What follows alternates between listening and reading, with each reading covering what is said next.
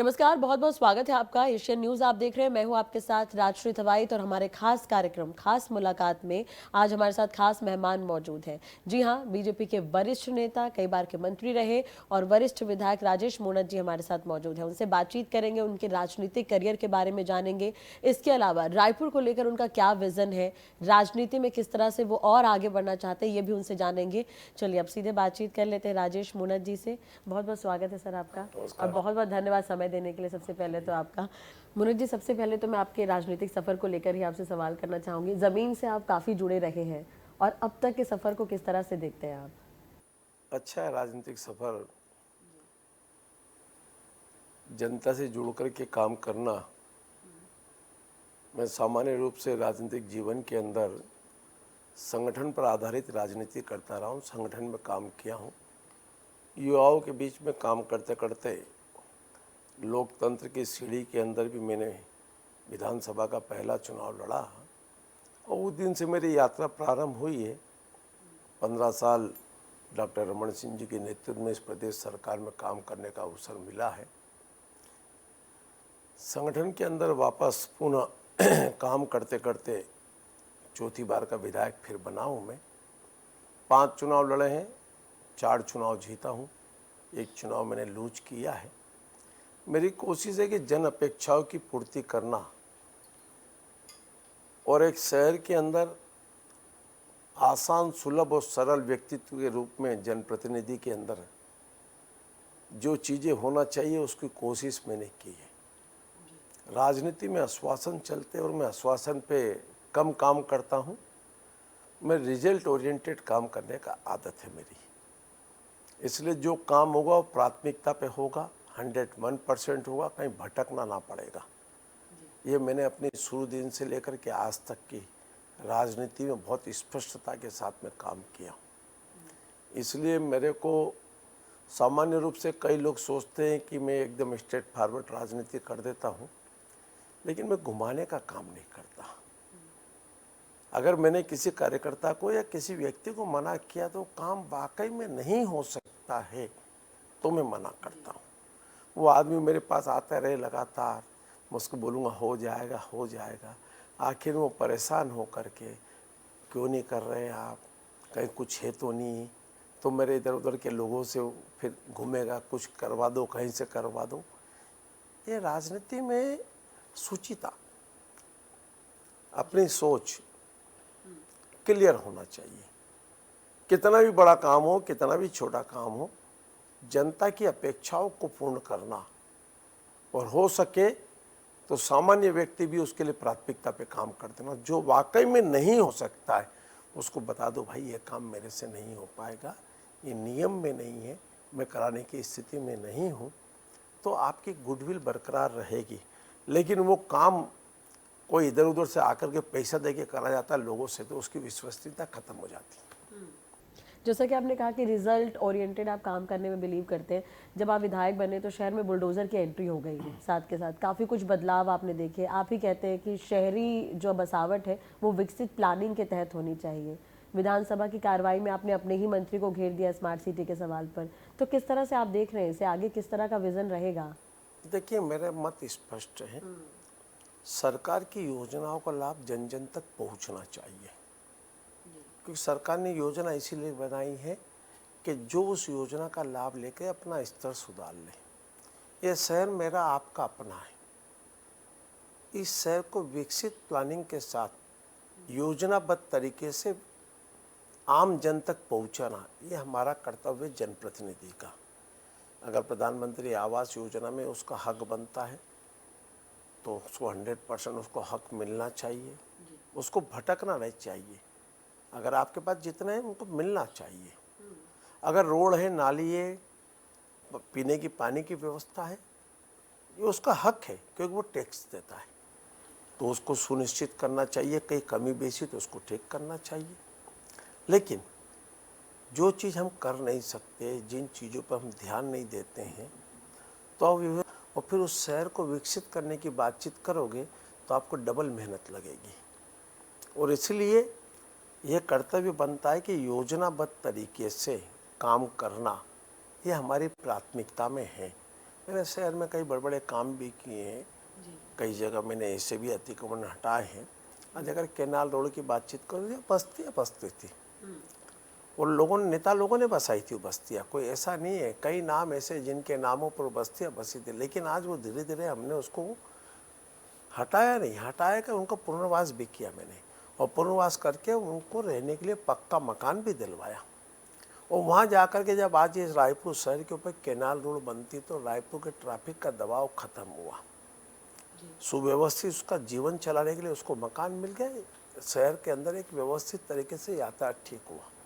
चाहे एक्सप्रेसवे बनाया हो, चाहे फ्लाईओवर बनाया हो, चाहे अंडरब्रिज बनाया हो, रोड का चौड़ीकरण हो, गार्डन की बातचीत हो, खदान बस्ती को बसाने की बातचीत हो, कॉलेज हो, स्कूल हो, ये सब एकदम दिखना चाहिए। जब कोई बाहर का व्यक्ति आता है तो रायपुर छत्तीसगढ़ की राजधानी, 25 साल पूर्ण होने जा रहे छत्तीसगढ़ को, और जब कोई देखे तो लगना चाहिए कि हमारे साथ 3 स्टेट बने थे, वो 3 स्टेट में हम कहाँ हैं। आज हमें गर्व होता है कि छत्तीसगढ़ के अंदर सब लोगों ने मिल करके छत्तीसगढ़ को ये ऊंचाई तक लेकर के चले गए कि देश के अग्रणी राज्यों में आज छत्तीसगढ़ खड़ा हुआ दिखता है। जी, काफ़ी सालों से मैं भी आपको देख रही हूँ राजनीति में। मैंने इससे पहले भी आपका एक इंटरव्यू किया। बहुत ज़्यादा बदलाव नहीं है राजेश मूणत के अंदर, क्या कारण है इसके पीछे? अब किस चीज़ का बदलाव आएगा? जो आपका मेरा स्वभाव वो स्वभाव है, जो काम करने की आदत है वो काम करने की आदत है, काम करते रहना चाहिए। कई लोग सोचते हैं अरे है ना 5 साल है कर लेंगे, नहीं। परीक्षा के समय आप कॉपी में लिखोगे तो कई चीज़ भूल जाओगे। स्टडी करते रहना चाहिए, और स्टडी करते करते अनुभव भी आता है, और अनुभव को आप इम्प्लीमेंट करने के लिए आपको विजन चाहिए, और विजन के साथ में आपकी सोच साफ चाहिए, और जब उसके साथ में काम करो तो जनता भी आपको स्वीकार करती है। इसलिए मैंने कहा ना, इस शहर के प्रति अपना लगाव, हमारी सोच, हमारी कल्पना, और उसको मूर्त रूप देने के लिए सरकार के संसाधन का सदुपयोग। जी, विपक्ष में जब आप लोग रहे तब भी आप काफ़ी एक्टिव थे। कुछ योजनाएं थी जो कांग्रेस ने शुरू की थी, लेकिन उसे लेकर आपको आपत्ति थी। दूसरी तरफ स्काई वॉक का मैं जिक्र करना चाहूँगी। स्काई वॉक आप लोगों की बहुत महत्वाकांक्षी योजना थी। उस प्रोजेक्ट को काफ़ी मन से बीजेपी ने तैयार किया, फिर कांग्रेस आई, रोक दिया गया। अब उसे लेकर क्या स्टैंड है सर? देखो, मेरा मत स्पष्ट है। जब राजधानी के स्वरूप में शहर को देख रहे हैं तो आप देखिए, शहर का एक स्टडी करिएगा, आपको पब्लिक को चलने के लिए एक फुटपाथ तक नहीं बचा। पूरे फुटपाथ पे अतिक्रमण कर दिया लोगों ने। ठीक, ये शास्त्री चौक एक चौराया है, जिस चौराहे पे 20 से 25 हजार लोग पैदल इधर से उधर जाते आते हैं। किसी को तहसील ऑफिस जाना है, किसी को कलेक्ट्रेट जाना है, किसी को अस्पताल जाना है, किसी को एसडीएम ऑफिस जाना है, किसी को कचहरी जाना है, वहीं से जाके सुपर स्पेशलिस्ट हॉस्पिटल जाना। तो लोग नीचे नीचे घूमते रहते थे। शहर के बीच में एक ही ऑडिटोरियम था पहला, शहीद स्मारक। तो मैंने पहली प्रायोरिटी पे स्काई वॉक के पहले मैंने 2 जगह सेंट्रल पार्किंग बनवाई। एक यहाँ पर पुराना बस स्टैंड जो एक सेंटर पार्किंग बनी, एक जाके कलेक्ट्रेट के पास। अगर आप सेंटर पार्किंग में आप फर्स्ट क्लास गाड़ी खड़ी करिए, आप कहें और शहीद स्मारक के कार्यक्रम में आगे खड़े हो, क्योंकि शहीद स्मारक शहर के बीच में, वहाँ पेट्रोल पंप पे गाड़ी खड़ी करने की जगह नहीं। हजारों लोग आते हैं, कार्यक्रम में सम्मिलित होता है, जाम हो जाता है। आप गाड़ी वहाँ खड़ी करिए, ऊपर स्काई वॉक से आइए, कार्यक्रम में सम्मिलित होइए, वापस चले जाइए। ये प्लानिंग होगी। तहसील ऑफिस आना है कलेक्ट्रेट से, आप ऊपर आइए, तहसील ऑफिस में काम करिए, आप चलते बनिए। एक सुपर स्पेशलिस्ट हॉस्पिटल है डीके, 700 बेड का, आज 1000 बेड करीब होने जा रहा है। वहाँ से आप आते हैं, ऊपर आइए, आप आकर के चले जाइए साहब। अगर ये यातायात सुगम हो नीचे से, और वही जो डिवाइडर, उस डिवाइडर के ऊपर पिलर के ऊपर चलने के लिए पाथवे टाइप का बन जाए, तो जनता की सुविधा के लिए। आपको मैं कई जगह, बेंगलोर के अंदर है, हैदराबाद के अंदर है, नागपुर के अंदर है, आपके दिल्ली के अंदर बना हुआ। आजकल एक कॉमन चीज़ है, जब आप 21वीं सदी की बात करते हो, मोबाइल के ऊपर नेट पे सर्वे, अरे नेट पे सर्वे करके देख लो ना मेरे मित्रों, समझ में आ जाएगा कहाँ कहाँ क्या है। लेकिन क्या हो गया है कि उस समय लेट हो गया थोड़ा सा काम में, तो दुनिया की कहानी खड़ी कर दी। पूर्व सरकार ने उसकी जांच भी करवा ली, सब कुछ कर लिया, कुछ नहीं निकला। नेगेटिव थॉट राजनीतिक जीवन के अंदर डेवलपमेंट में कभी काम नहीं आता। आपकी सही दिशा में जब हम एक्सप्रेसवे कर रहे थे तो एक्सप्रेसवे के ऊपर भी आरोप लगा रहे थे ये लोग। शहर में आपने क्या किया? आपको मिला है स्मार्ट सिटी का 800 करोड़ रुपया, आपने क्या काम किया? वो फुहारा लगाया, चालू नहीं कर पाए। एक सिंगल रोड नहीं बता सकते जिसको आपने स्मार्ट बनाया। आपने चौराहे का सुंदरीकरण किया, टीवी लगा दी, जयस्तंभ चौक के ऊपर टीवी। गजब साहब, कोई चौराहे पे, देश के किसी चौराहे पे टीवी नहीं होगी। डिवाइडर के ऊपर टीवी लगा दी चारों तरफ, गजब। अरे डिवाइडर में वो टर्न लेने के लिए है, इसके लिए है, उसमें टीवी दिखाओगे? मतलब क्या सोच थी पैसे का। भाई इनसे सीखना चाहिए। कोई चौक ऐसे चौराहे नहीं, ठीक है कुछ चौराहे के ऊपर आपने लाइटिंग लगाई, ठीक है कोई बात नहीं, लेकिन आपका कोई ठोस काम बता दो आप, जिस पर आपने कोई काम किया जिसका बेनिफिट जनता को मिल रहा। आपने बुढ़ापारा के ऊपर 39 करोड़ रुपया खर्च कर दिया। वो पहले से दीवार बनी हुई है, सब कुछ उसी में था। वो लाइट लगी हुई थी, वो उखाड़ दी, दूसरी लाइट लगा दी। यानी आपने क्या किया, आपने कहीं 5 करोड़ रुपए लगा दिए, उस पर स्मार्ट सिटी का आपने अपना बोर्ड लगा दिया। और ये नालंदा परिसर, लेकिन विपक्ष तो अभी भी संतुष्ट नहीं है। परिणाम भी सामने आए, नगर निगम के चुनाव में आप काफी एक्टिव रहे, काफी कैंपेनिंग आपने की, लेकिन परिणाम जो सामने आए उसके बाद कांग्रेस के कई तरह के आरोप हैं। देखिए वो कांग्रेस पार्टी आपस में उलझे। जिस महापौर के नेतृत्व में दुआएं देते थे कि हमने रायपुर शहर को संवारा है, उस महापौर को इस चुनाव में उसका फोटो लगाना तक कांग्रेस पार्टी ने उचित नहीं समझा। जो कांग्रेस की प्रत्याशी थी, कांग्रेस पार्टी में कोई नेता नहीं था, एक नेता ही घरवाली को प्रत्याशी बना दिया। कोई विजन नहीं थी, कोई सोच नहीं थी। इस रायपुर शहर की जनता ने 15 साल अपने आप को ठगा हुआ महसूस किया, और इसीलिए अपार बहुमत के साथ जनता ने एक तरफा फैसला किया। 1,53,00,000 वोट से मेयर का चुनाव श्रीमती मीनल चौबे जी जीत कर के आई है। एक कांग्रेस के मुंह पे तमाचा है, डेवलपमेंट की बात करते थे कि हमने शहर को बसाया, क्या बसाया? तभी तो जनता ने तुम्हारे खिलाफ में इतना जबरदस्त मैंडेट दिया। 60 पार्षद किसे कहते थे आप? राजनीतिक जीवन में जब से देश आजाद हुआ, जब से नगर निगम बनी हुई, ऐसी दुर्गति नहीं हुई है। पंचायत में कांग्रेस की भी बिल्कुल पंचायत के परिणाम भी सामने आ गए। पंचायत में तो पूरा चारों तरफ जो है, क्योंकि सरकार ने, पूर्व सरकार जो रही है, वो जनहितैषी कोई योजना लेकर के नहीं आई है। उन्होंने कांग्रेस के नेताओं को खुश करने का काम किया है, उनका घर भरने का काम किया, उन्होंने व्याप्त भ्रष्टाचार किया। अगर प्रधानमंत्री आवास योजना का लाभ मिल जाता कि गरीब परिवार को, तो उसका मकान बन जाता।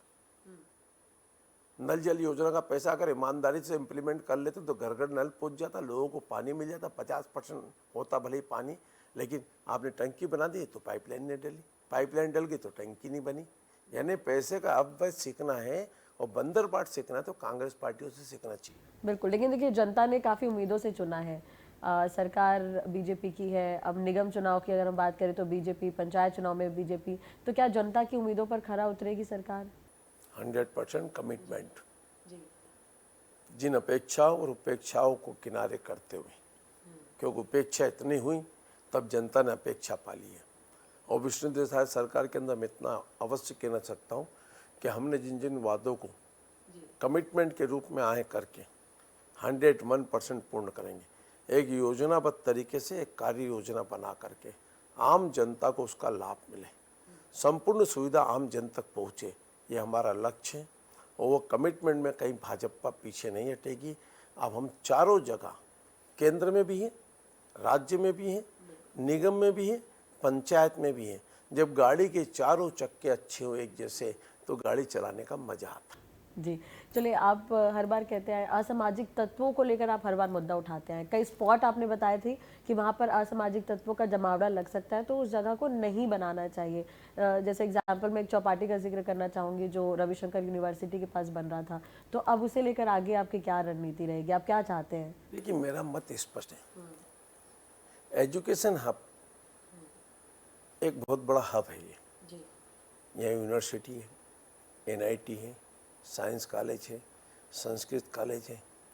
उसके बाद में पूरे सेक्टर के अंदर नालंदा परिसर से लेकर सेंट्रल लाइब्रेरी है। 10,000 विद्यार्थी यहीं के यहीं घूमते हैं। जब छोटे छोटे खोमचे लग रहे हैं, हर कॉलेज के अंदर कैंटीन है, एक चौपाटी जैसी जगह इकट्ठा करके आपने कहा मेरे से वहाँ यूथ हब बना रहे। मैंने शुरू दिन से कहा यूथ हब नहीं बना रहे, यूथ हब के आड़ में आप चौपाटी ला रहे हो। यहाँ यूथ की एक्टिविटी के ऊपर आपने कोई 0% काम नहीं किया। आपने टिन टपरे की वहाँ ला करके खड़ा कर दिया और वो और एक कंपनी के माध्यम से आप समझा, अरे अगर आपको करना था, व्यवस्थित करना था, आपकी योजना थी दिमाग में व्यवस्थित करने की, तो वहाँ पर जितने लोग ठेले लगाते हैं उन ठेले को व्यवस्थित कर देते, उनको न दे करके कंपनी वाले को दे करके। अरे क्या संसाधन, दूसरा लैंड आपकी नहीं, वह लैंड है खेल विभाग की, मास्टर प्लान के अंदर आ रही थी लैंड, रोड के ऊपर आपने जाके काम करते, सब नियमों के विपरीत जा करके, जिसमें स्पष्ट प्रावधान है जब तक लैंड आपकी नहीं होगी इस पर काम नहीं करना चाहिए, जब तक आपके पास इसकी स्वीकृति नहीं, आपके पास कुछ नहीं था। आपने जा कर के गलत जानकारी हाई कोर्ट में थी, और जब मैंने आज उस डायरी को देखा, उस किताब को देखा, इनके डॉक्यूमेंट्स को पढ़ा, तो सब मिल करके ये मिलजुल करके योजनाबद्ध तरीके से लूटने का काम था इनका।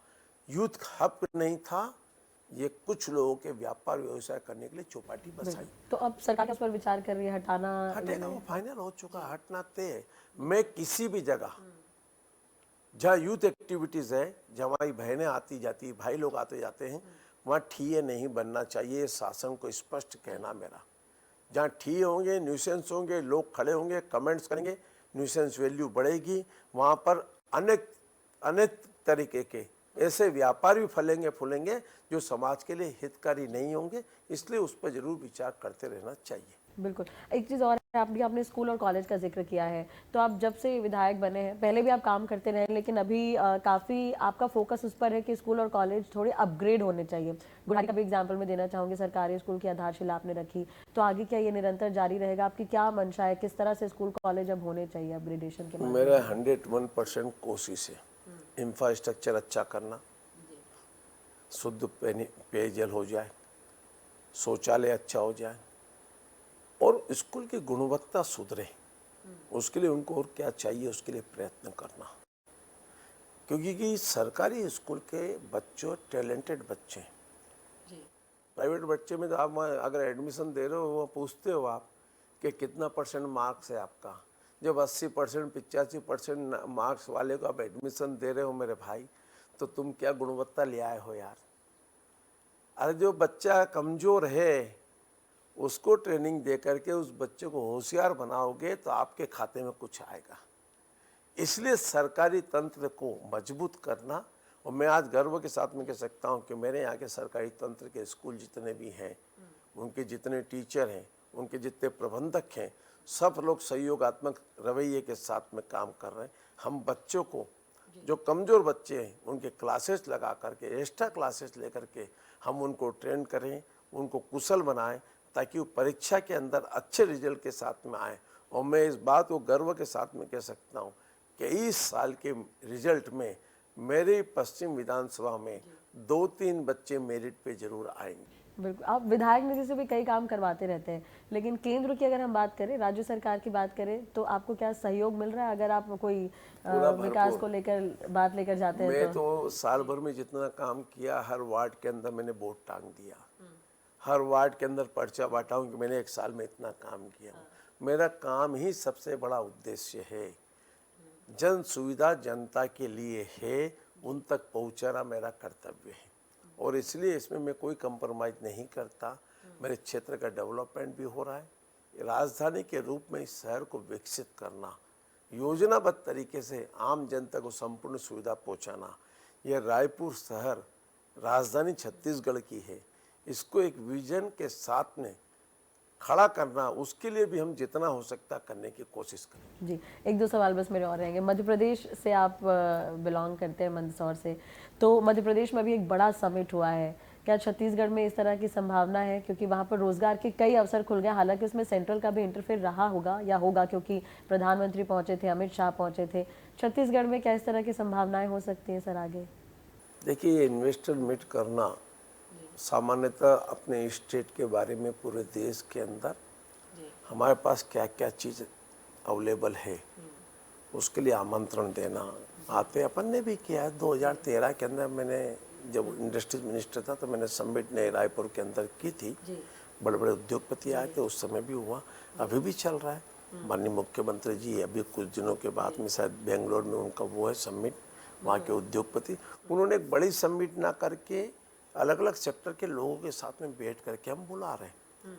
हम छत्तीसगढ़ में क्या क्या संभावनाएं हैं, किन किन संभावना हमारी आज की जो इंडस्ट्रीज पॉलिसी बनी है वो इतनी लोक लुभावनी है, जितना सहयोगात्मक रवैया सरकार का है इंडस्ट्री सेक्टर में। देखिए, मैं तो सरकारी सेक्टर के साथ में इंडस्ट्री सेक्टर का बहुत बड़ा योगदान है, इसलिए सरकार के अंदर आईटी सेक्टर हो, हर्बल सेक्टर हो, ये वनांचल क्षेत्र है, यहाँ पर हमारे बांस, हमारे यहाँ का जो वुडन, इन सेक्टर में हमने काम करना चालू किया।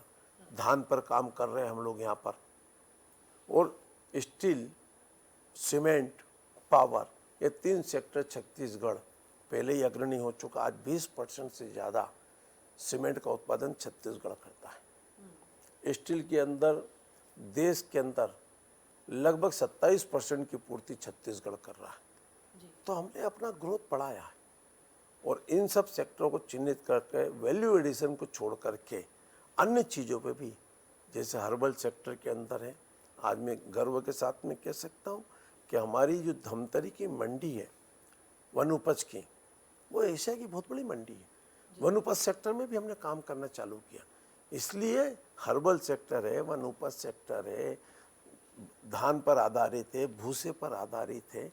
हम रॉ मटेरियल का उपयोग करते करते और कैसे सेक्टर में अलग अलग चीज़ें जा सकते हैं, इस पर सरकार लगातार काम कर रही है। प्रशासन के काम से आप कितना संतुष्ट हैं? क्योंकि कई बार आरोप भी लगते हैं, कुछ मामले भी सामने आते हैं, अपराध बढ़ रहे हैं, आवारा पशुओं का आतंक है, और भी बहुत सारी चीज़ें। तो प्रशासन के काम से संतुष्टि अगर नहीं, तो सरकार क्या उन्हें निर्देशित कर सकती है?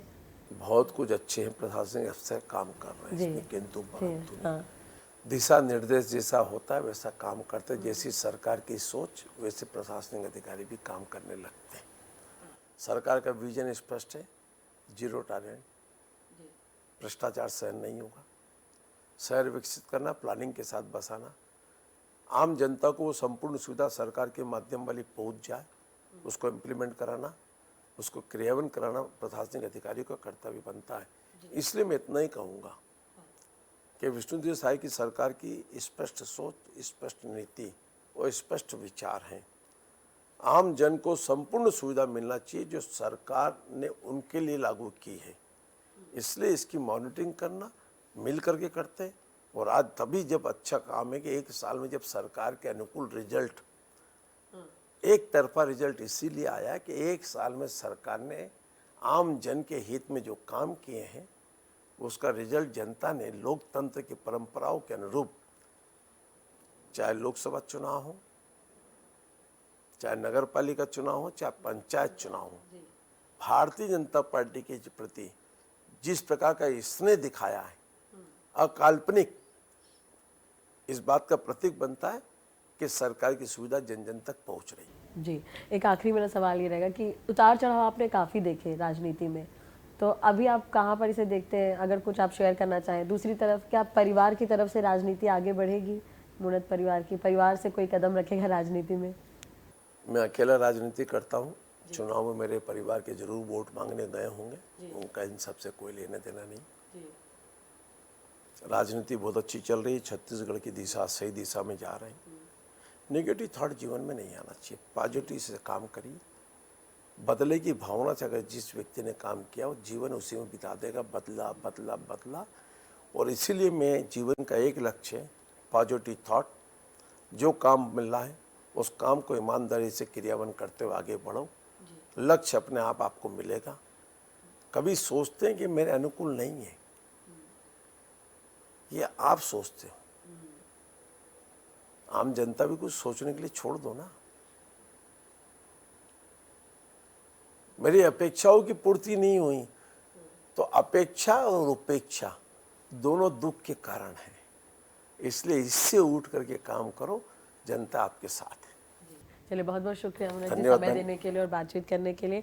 तो राजेश मुनत जी को आपने सुना, उन्होंने कहा कि पॉजिटिव रहे, अगर आप किसी चीज़ को सोचते हैं तो उसे पूरा करने की कोशिश करें। इसके अलावा उन्होंने अपने राजनीति का भी जिक्र किया, कौन से उतार चढ़ाव उन्होंने देखे ये भी उन्होंने बताया, विजन क्या है रायपुर को लेकर ये भी उन्होंने कहा। चलिए, अगले अंक में नए मेहमान के साथ हम फिर हाजिर होंगे। फिलहाल हमारे खास प्रोग्राम में इतना ही। नमस्कार।